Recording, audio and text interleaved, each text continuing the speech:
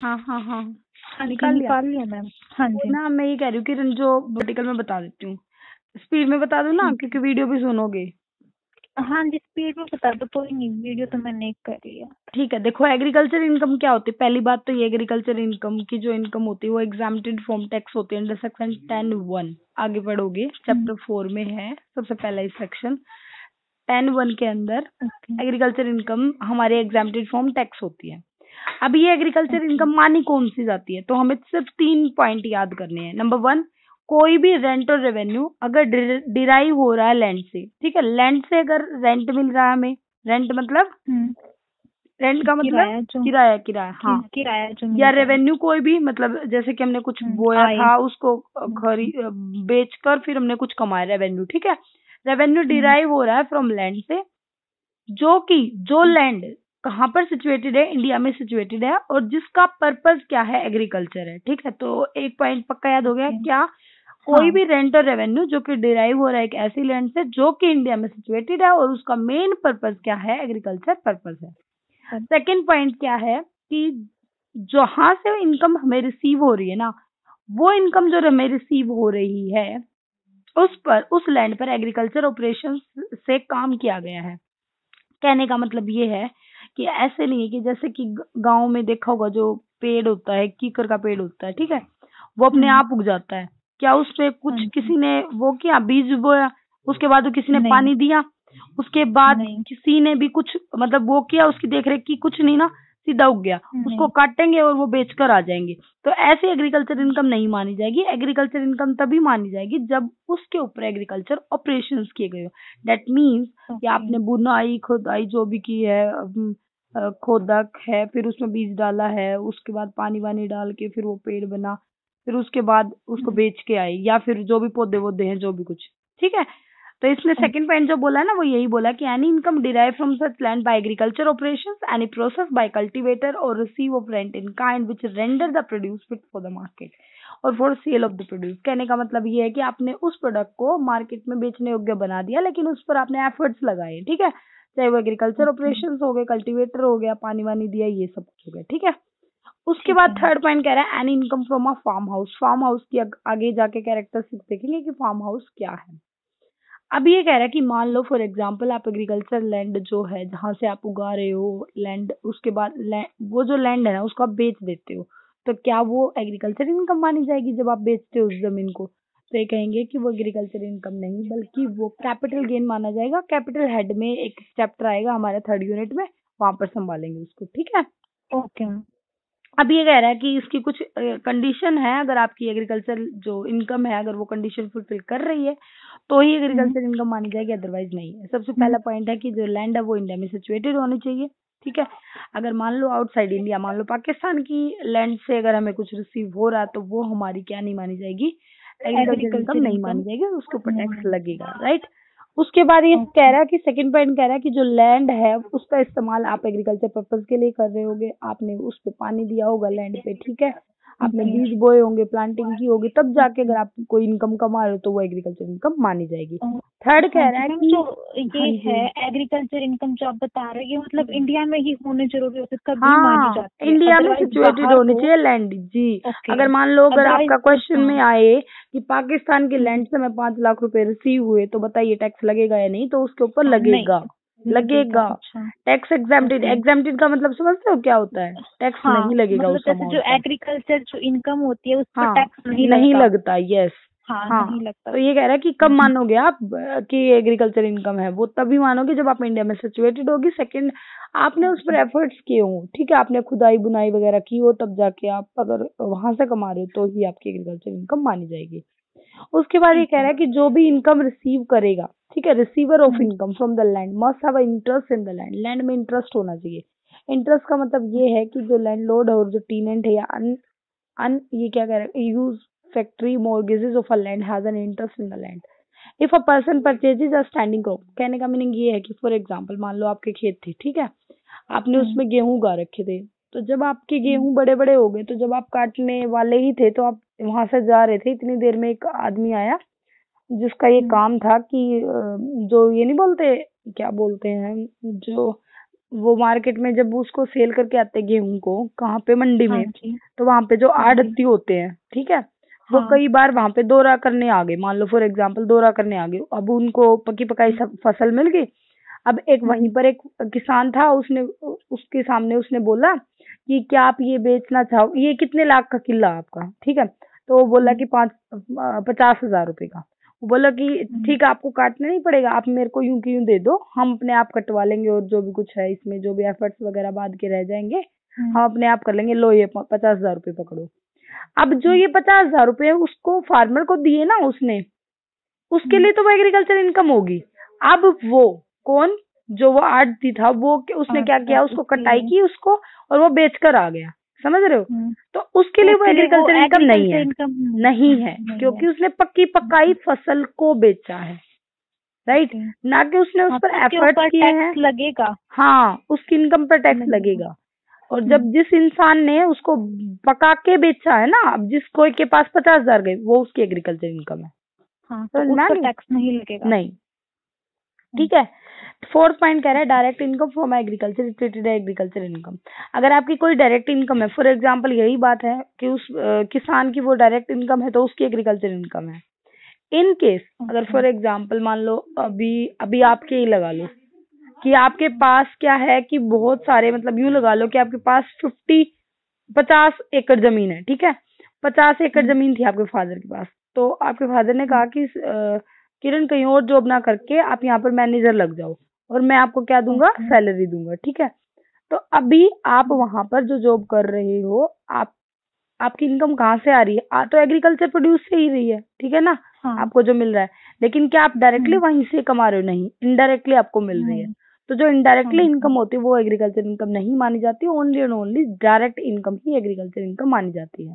तो 4 point I hope याद हो गए होंगे। कौन सा था फर्स्ट पॉइंट, इंडिया में एग्रीकल्चर, इंडिया की लैंड होनी चाहिए। सेकंड पॉइंट क्या था, उसका मेन पर्पज एग्रीकल्चर होना चाहिए, ठीक है। थर्ड पॉइंट क्या था कि जो पर्सन है उसका इंटरेस्ट होना चाहिए, ऐसा नहीं कि आप पकी पकाई फसल को लेकर और बन जाते हो कि मैं किसान हूँ या मैं एग्रीकल्चर इनकम है मेरी। एंड फोर्थ पॉइंट क्या कह रहा है कि उसका मेन पर नहीं, क्या फोर्थ पॉइंट क्या था, हाँ, डायरेक्ट इनकम होनी चाहिए, इनडायरेक्ट इनकम नहीं होनी चाहिए। यस, अब आता है काइंड्स ऑफ एग्रीकल्चर इनकम की एग्रीकल्चर इनकम के प्रकार कौन कौन से। नंबर 1 कह रहा है कि रेंट और revenue derive from land, normal है। सेकंड कह रहा है इनकम फ्रॉम एग्रीकल्चर ऑपरेशन, ये भी नॉर्मल है, बता दिया ना मैंने, आप आराम से बीज बोओगे, फला फला। उसके बाद है income from making the produce fit for market, आप कमा रहे हो, ठीक है। मान लो फॉर एग्जांपल आप वो लगा लो, आपके घर पे खेत में वो है, ईख है ना, गन्ने हैं, तो उसको आप ऐसा तो नहीं है कि उनको ऐसे कि यूं के यूं काटते और यूं के यूं वहां पे मील वगैरह में पहुंचा दोगे, उसको आराम से कट वट करके और पुली वुली बांध के और फिर जाके लेके जाओगे ना, समझ रहे हो, कहने का मतलब फिट फॉर मार्केट करोगे। चाहे वो लगा लो जो ये क्या है, ये चाय पत्ती है या ये कॉफी है, तो ये चीजें क्या है, आप फिट फॉर मार्केट करोगे, फिर वहां पर सेल करके तब आपको इनकम मिलेगी, तो वो जो इनकम है वो भी आपकी एग्रीकल्चर इनकम है। उसके बाद आता है income from the sale of produce, normal है ये तो, कुछ प्रोड्यूस करोगे उसको बेच के फिर ही तो, तभी तो इनकम आएगी।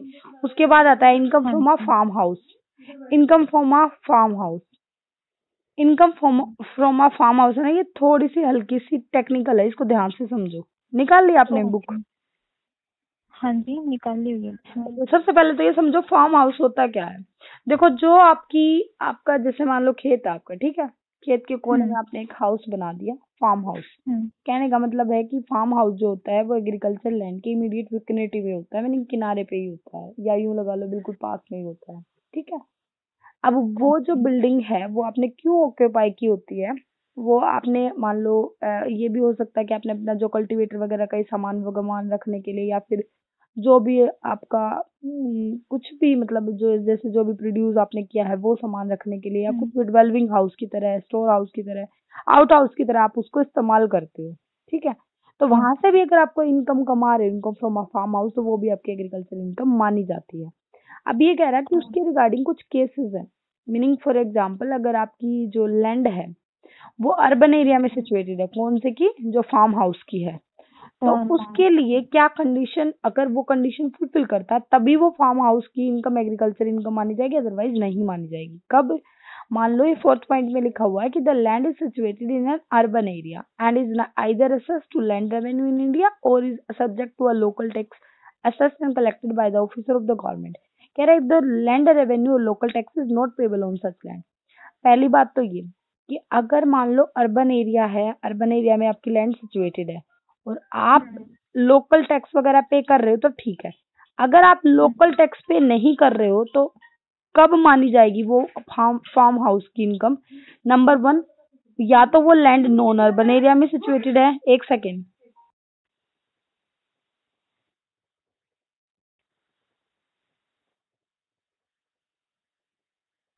हेलो हेलो, हाँ जी। हाँ किरण, देखो फर्स्ट पॉइंट आपने क्लियर कर लिया कि लैंड जो है वो सिचुएटेड कहाँ है, नॉन अर्बन एरिया में होगी, या तो वो रूरल एरिया में सिचुएटेड होगी तब आप लोकल टैक्स पे नहीं कर रहे हो, या वो जो लैंड है वो सिचुएटेड है म्यूनिसिपैलिटी या कैंटोनमेंट बोर्ड जुडिक्शन के अंदर है लेकिन वहां की पॉपुलेशन 10,000 से कम है। क्लियर? ये याद करनी पड़ेगी किरण। हेलो, हमने वीडियो में नहीं किया आपके? नहीं मिलेगी वीडियो में, बट मैं ये कह रही हूँ जो फिफ्थ पॉइंट है ना ये आप नोटबुक में लिख लेना, अपनी बुक वाला, हिंदी वाला, ठीक है ना? क्योंकि वैसे मैं ये नहीं कह रही इम्पोर्टेंट है, बिल्कुल भी इतना ज्यादा इम्पोर्टेंट नहीं है, बट फिर भी एक बार लर्न कर लेना। 2 नंबर में मुझे लग रहा है कि फार्म हाउस वाला, इनकम वाला ये पॉइंट आएगा तो आपके 2 नंबर पक्के हो जाएंगे। ठीक है, ठीक है ना? हाँ 2 नंबर में लग रहा है मुझे आएगा, तो एक बार देख लेना और लिख भी लेना। उसके बाद थर्ड पॉइंट कह रहा है कि the farm building is not situated within the area specified below, the income derive from such building shall be agriculture income. ये कह रहा है कि ये ऐसा एरिया आपका यहाँ नहीं होना चाहिए जो नीचे पॉइंट दिए गए हैं। ठीक है, the land is not situated in any area with in the distance measured early. बिल्कुल आसान है, मैं बता रही हूँ, लिख लो, नहीं तो ऐसे मत पढ़ो। ओके, बोलो। लिख लो, ऐसे लिखो। अगर मान लो आपकी जो वो है पॉपुलेशन है वो 10,000 से ज्यादा है लेकिन 1 लाख से कम है। 10,000 से ज्यादा है बट 1 लाख से कम है। हाँ, तो कम से कम 2 किलोमीटर से ज्यादा अगर दूर, 2 किलोमीटर से ज्यादा दूर अगर आपका सिचुएटेड है फार्म हाउस तो माना जाएगा। अगर 2 किलोमीटर के अंदर अंदर सिचुएटेड है तो वो नहीं माना जाएगा। ठीक है, ऐसे लिख लो, 10,000 से ज्यादा 1 लाख, साइड में लिख लो 2 किलोमीटर, फिर आप हिंदी में पढ़ोगे ना तो आपको क्लियर याद हो जाएगा। ठीक है, सेकंड पॉइंट में लिखो 1 लाख से ज्यादा पॉपुलेशन और 10 लाख से कम। 1 लाख से ज्यादा पॉपुलेशन और 10 लाख से कम। वहां पर आपको याद रखनी है 6 किलोमीटर के बाद वाले एरिया में सिचुएटेड होना चाहिए। अगर विद इन 6 किलोमीटर है तो नहीं माना जाएगा। ठीक है, पहले वाले में 2 किलोमीटर था, दूसरे वाले में 6 किलोमीटर और तीसरे वाले में है 8 किलोमीटर। और उसमें क्या है, अगर आपकी पॉपुलेशन 10 लाख से ज्यादा है तो देखो स्टार्टिंग में क्या था, आपकी पॉपुलेशन 10,000 से ज्यादा है 1 लाख से कम है, दूसरे वाले में 1 लाख से ज्यादा है 10 लाख से कम, और तीसरे वाले में 10 लाख से ज्यादा है 8,000 किलोमीटर। तो 8,000 किलोमीटर नहीं, 8 किलोमीटर। पहले में 2 किलोमीटर, दूसरे में 6 किलोमीटर और तीसरे में 8 किलोमीटर। बस ये था। हाँ, पूरे एग्रीकल्चर इनकम में बस हल्का सा टेक्निकल पॉइंट है तो सिर्फ ये है। ठीक है, उसके बाद आता है 6 नंबर पर इनकम फ्रॉम सैपलिंग और सीडलिंग। सैपलिंग और सीडलिंग का मतलब होता है नर्सरी की इनकम। जैसे जो ये नर्सरी है, मान लो अगर आपने देखी होगी ना, वहां पे पेड़ पौधे होते हैं। अब वो मान लो फॉर एग्जाम्पल आप एक पेड़ ले आए, आम का ही पेड़ ले आए, राइट? जब आप आम का पेड़ लेकर आए हो तो जो वो पेड़ लेकर आए तो आपने कुछ पैसे दिए होंगे नर्सरी वालों को, तो उनकी इनकम हुई होगी। तो ये इसने कहा है कि सैपलिंग और सीडलिंग से अगर इनकम कुछ आ रही है तो वो आपकी एग्रीकल्चर इनकम मानी जाएगी, वो भी एग्जाम्प्टेड फ्रॉम टैक्स होगी। ठीक है, ओके। उसके बाद है इम्पोर्टेंट पॉइंट्स हैं, ये 9 पॉइंट्स बहुत ज्यादा इम्पोर्टेंट है। अभी कितनी तक, पहले ये बताओ कहाँ तक किया आपने वीडियो? मैम मैंने वीडियो की है, जो आपने एग्रीकल्चर इनकम कराई है उसके एग्जाम्पल कराए हैं, एग्रीकल्चर इनकम के, नॉन एग्रीकल्चर इनकम के जो एग्जाम्पल है, प्रॉब्लम्स हैं, मैंने किया है। और हाँ जी, और प्रॉब्लम के बाद वाला करना है। पार्सली एग्रीकल्चर इनकम नहीं किया अभी आपने, है ना? हाँ नहीं, वो नहीं की मैंने। ठीक है, मैं यहाँ तक कराती हूँ कि इम्पोर्टेंट पॉइंट्स रिगार्डिंग और नॉन एग्रीकल्चर इनकम। एक बार ये वीडियो दोबारा देखनी है और साथ के साथ उसके बाद जो सेकंड वीडियो है ना पार्सली एग्रीकल्चर इनकम वाली, वो देखनी है आपको पूरी, फिर कल कराऊंगी आपकी, ठीक ठीक है है, मतलब शाम को। ठीक है। चलो देखो, इंपॉर्टेंट पॉइंट्स इनको ध्यान से सुनना है, बिल्कुल ध्यान से। मैंने वीडियो में करा रखे हैं या ना करा रखे, करा रखे हैं। हाँ करा रखी है आपने, उसमें लिखा हुआ आ रहा था नीचे पार्शियल इनकम का। नहीं हाँ जी पार्शली नहीं करा रही, अभी मैं इंपॉर्टेंट पॉइंट्स करा रही हूँ, पेज ओके नंबर। ठीक। हाँ हाँ, ध्यान से सुनो। देखो, important points regarding computation of agriculture income में सबसे पहले क्या कह रहा है? कह रहा है कि अगर मान लो एग्रीकल्चर इनकम आपने रेंट और रेवेन्यू की फॉर्म में मिली, ठीक है, क्या मिली? या तो आपने रेंट और रेंट की रेवेन्यू। फॉर्म में मिली या आपने रेवेन्यू की फॉर्म में मिली एक लैंड से जो कि इंडिया में सिचुएटेड थी, तो आप उस इनकम को कहाँ डालोगे? कह रहा है कि देखो, हमें ये तो पता है कि चार्ज टैक्स तो उसके ऊपर लगता नहीं, पर वो इनकम डाल के हमें एग्जाम्प्ट भी तो लिखना है ना कहीं ना कहीं। तो कह रहा है कि हाँ जी। ऐसे में जो आपने रेंट और रेवेन्यू की फॉर्म में मिली है ना, ऐसी इनकम को आप इनकम फ्रॉम अदर सोर्स में दिखाओगे। कहाँ पे दिखाओगे? इनकम फ्रॉम अदर सोर्स में। हाँ, वैसे जो दिखानी भी नहीं रेंट है, और एग्जाम्प्ट वर्ड रेवेन्यू की लिखना फॉर्म। है, हाँ, बट ओके हाँ, अगर मान लो इनकम चार्जेबल टू टैक्स है ना, बाद में बताऊंगी मैं कैसे होता है वो न्यूमेरिकली फॉर्म में, कि अगर आपकी इनकम 5,000 से ज्यादा होती है ना एग्रीकल्चर इनकम, तो आपको शो जरूर करनी पड़ती है एक बार, बाद में फिर उसके ऊपर से टैक्स हट जाता है। हाँ, वो मैं प्रैक्टिकली ही बता पाऊंगी, नहीं बता पाऊंगी ऐसे बोल के। ठीक है। तो आपको याद क्या करना है, नंबर 1 पॉइंट में, अगर आपको रेंट और रेवेन्यू की फॉर्म में कोई भी एग्रीकल्चर इनकम मिल रही है तो वो कहाँ शो करोगे? अगर वो टैक्सेबल, वो चार्जेबल है तो इनकम फ्रॉम अदर सोर्स पक्का में। याद हो गया?